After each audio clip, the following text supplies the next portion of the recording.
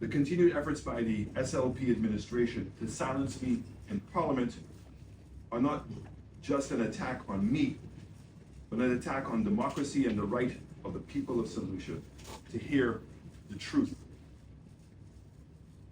As a leader of the opposition, I have a constitutional duty to hold this government accountable and to defend the best interest of the citizens. Yesterday's incident was yet another blatant attempt to suppress my voice. The Speaker of the House, acting in clear alignment with the government, ordered that my microphone be switched off and my audio cut so that the public would not hear my response to the false allegations being leveled against the former United Workers' Party administration. But no matter how hard they try to silence me, the truth will always come to light. Here are the facts. There are 3 separate agreements that all are interlinked relating to the Orange Grove Plaza agreement, or as we know it, the Daher Mall. 1, there's a development agreement, which is the main agreement. There is the lease agreement, and then there is the transfer of land agreement. The Speaker of the House and the representative for Castries Central only made reference to the land transfer agreement. Yet the land transfer agreement makes reference to the development agreement, which is the main document. In 2012, the government of Saint Lucia, under the then SLP administration, paid off the loan to the bank of 35 million EC dollars. That loan was made up of approximately $32 million for the asset and $3 million for interest payments that had occurred.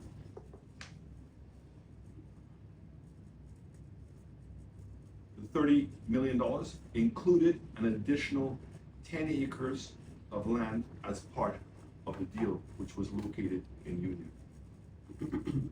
In 2020, under my administration, the government entered into an agreement with Orange Grove Plaza to develop the property through Amazon Properties, a government-formed company. Under this build, own, lease, transfer, or BOLT arrangement, the developer paid 13.5 million EC dollars up front, which represented the payment for the ground floor. The developer then assumed responsibility for the full renovation of the building, including the upper 2 floors. This arrangement is no different to other similar BOLT arrangements entered into by the government of Saint Lucia. Examples include the Ministry of Infrastructure building at Union and several police stations and fire stations across the island, and the Halls of Justice project, just to name a few. The government agreed to temporarily transfer the building and the land to the developer to allow them to fully develop the property. The government would then lease the 2 top floors from the developer for 15 years at just $4 per square foot. That $4 represented the cost for the retrofitting of the building and the office space, or the government's portion of the building and office space. After which the 2 floors would be transferred back to full government ownership. Upon this final transfer back to the government, we would no longer have to pay a monthly lease. This agreement would have saved taxpayers approximately $40 million in rent over the first 15 years, and would further save the government at least $6 million annually after the period. This was a responsible, forward-thinking investment that prioritized long-term savings for the people of Saint Lucia. Savings that could have been used to improve healthcare, fight crime, fix roads, and ease the cost of living. Instead, the SLP administration has abandoned the agreement, leaving the space vacant and unused for the last 3 years, while at the same time paying exorbitant rent to their financiers at rates between $7 and $12 per square foot.